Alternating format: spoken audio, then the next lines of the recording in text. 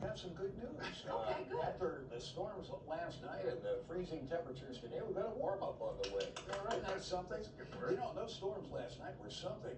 You figure there have only been 4 Februaries in which a tornado has occurred somewhere in the greater Chicago area in February, and last night was one of them. That's 4 of them since 1950. It's not many. There were 11 confirmed tornadoes, confirmed by my colleagues who have had storm survey teams up out in the field all day.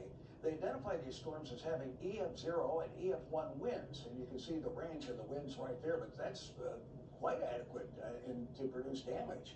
Look at the cool air. This is a lobe of Arctic air knifing into the area. I pointed out in some of the earlier shows, 3 of the last 42 days, and only 3 of them have been below normal. The rest of them have all been above normal. That's how mild this winter has been. It will be the warmest winter on record when it ends at midnight tomorrow night from all indications, and the warmest February on record. So you're taking El Nino and the warmth that that produces and putting on top of a warming climate, and you get a warm winter as a result with a lack of snow. Look at the winds, still gusting tonight over 20 miles an hour, and so we've got some wind chills that make it feel like it's 16 here, only 7 up in Madison, Wisconsin, 7 below at Duluth. So a little chunk of cool air, and there's just a little dip in the jet stream right here. But watch how that changes as we model and move through time. The flow turns westerly, and this has been the predominant flow all winter long. It's why we haven't got the Arctic air. It gets bottled up here in northern Canada. So this will bring oceanic air. You can see it comes in off the Pacific. They're going to get up to 12 feet of snow in the Sierra of California this week with big rains at lower elevations. And then various mountain ranges are hit with moisture out west. That air sinks coming out of the Rockies. It dries, it compresses, it warms up, and it heads in our direction. And that's the basis for our expectation we're going to warm up. Here's the storm that produced the activity today. Big storms went through the northeast. Another big storm coming on shore out west. But you know, this is good for us in the sense that it turns the winds southerly and brings oceanic air in, and that's why we're going to warm up the next couple of days. Look how we started cloudy and we turned sunny during the day, and we're going to have a beautiful sunny day tomorrow. All the advisories for wind and so forth are out east. There's a threat of fire as the southwest winds bring dry, warm air back into the plain states and the western Midwest. And then just a whole range of advisories out west as that next storm moves on shore. The mountain ranges take the moisture coming off the Pacific, they lift it. When you lift moist air, it cools off and gets snows in the mountains and rains at the lower elevation. But here's what we did today. We went from 74, that's nearly a June level temperature, down to 20, which is a January level temperature. So one way to look at this big drop in temperatures is it's not one of the biggest 24-hour temperature drops on the books around here, but it's like turning the calendar back from June to January and doing it in 24 hours. A little bit jarring.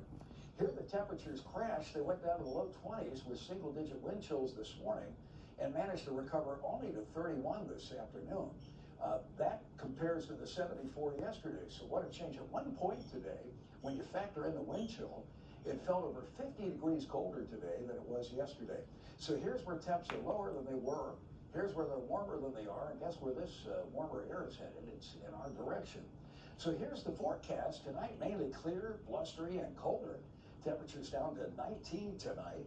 During the day tomorrow, sunny. Could be 100% sunny, as a matter of fact. High of 49. It'll be gusty wind from the south-southwest tomorrow, with temperatures about 20 degrees warmer tomorrow than today. Then tomorrow night, scattered clouds, breezy. It may not even get below freezing. And from that relatively warm temperature reading, we'll warm to 53 as March gets underway on Friday. That's way above the upper 30s that are normal.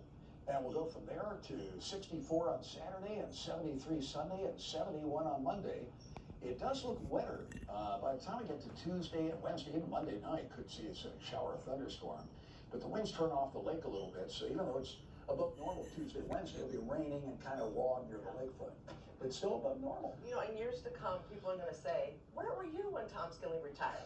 Well, half the population is in the studio. I'm in the studio here. That's what they'll say. We were in the studio watching Tom's last Look at this. And so many colleagues. Oh, what guys? You're on TV. Look at that. Yeah. Thank you for coming in. Wow. I'll tell you. You know, they work a full work day. Thank you for coming in and sit They me love That's something. Well, thank you guys, to all of you. Wow. Thank you very much. How nice. All right, Tom, that was really something to behold. We're continuing to celebrate Tom. Next is Final Thoughts. WGN to you, the viewers. It's been a long month of celebrating Skilling, and tonight is the final night, and you have something to say to the viewers. I sure do. You know, Micah and Ray, 4 months ago, back in early October, I announced plans to retire from my day-to-day weather broadcast duties here at WGN. Well, the time has come. Tomorrow, my friend and colleague Demetrius Ivory takes the reins as chief meteorologist at this station. One of the most interesting weather operations in one of the most interesting weather regions in this country, and at one of the most celebrated television stations on the planet. You know, I've walked in the shadows of some amazing weathercasters in this market. Harry Volkman, John Coleman, John Coughlin, Jerry Taft, P.J. Hoff, Jerry Peterson, Clint Ewell. The list goes on. John Coleman used to say, and I've always thought his words nailed it, that Chicago is Broadway for weather people. How true. If you want to see a true weather geek's blood start flowing, and count me as an unapologetic weather geek, then watch as we work to predict the weather changes here in Chicago and the Midwest. Weather is endlessly fascinating everywhere on the planet, but there are few places better positioned to observe all of Mother Nature's weather wares than here. It's like going to an all-you-can-eat restaurant, only here we step up to a counter at a meteorological smorgasbord, and like it or not, we're served a taste of virtually all of nature's meteorological dishes on the menu. You know, I've worked with some amazing people at this incredible television station. I'm sitting among some of them now. And we have a studio full of friends and colleagues who have come to join me. What's especially amazing about WGN is the bond between this television station and you, our viewers. To folks who have come up to me over the years and said, we watch you. So, Eddie, we watch you for what seems like a lifetime. And I've always said, and I say again tonight, thank you. And I mean thank you from the bottom of my heart, because in this line of work, if no one watches us, we don't have a job. So thank you for 45 extraordinary and loyal years of viewership. I've had a job here for 45 years and watched meteorological science take off. And I've loved nearly every minute of it. Well, almost every minute.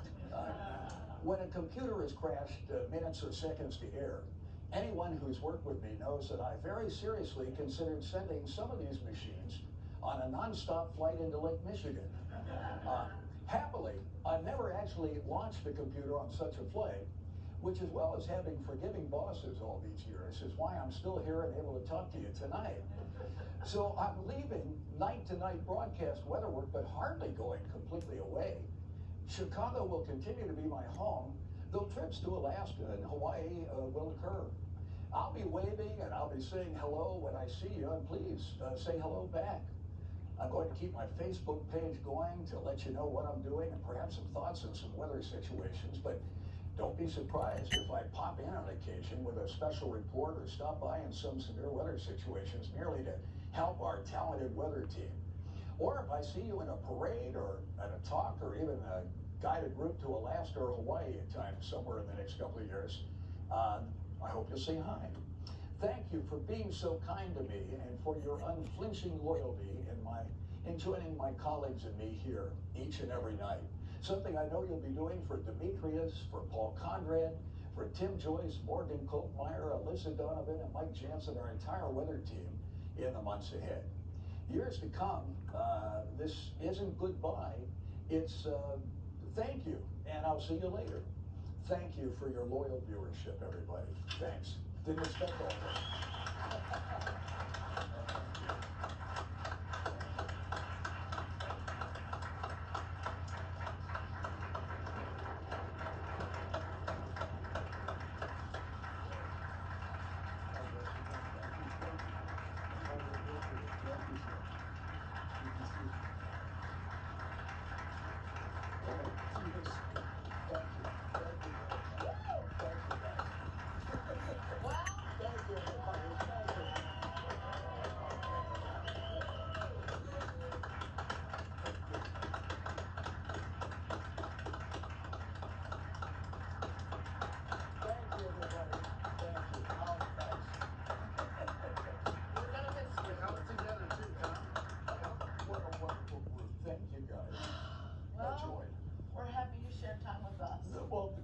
you share time with me. By all these years, Mike, and thank you. You too, Ray. Pleasure. Couldn't work with two nicer people, I'll tell you that. The final night for the legend, Tom Skilling, on the WGN News at 10. I'm Micah Mater. I'm Ray Portafassi for Tom Skilling and everybody here at WGN. Thanks for watching.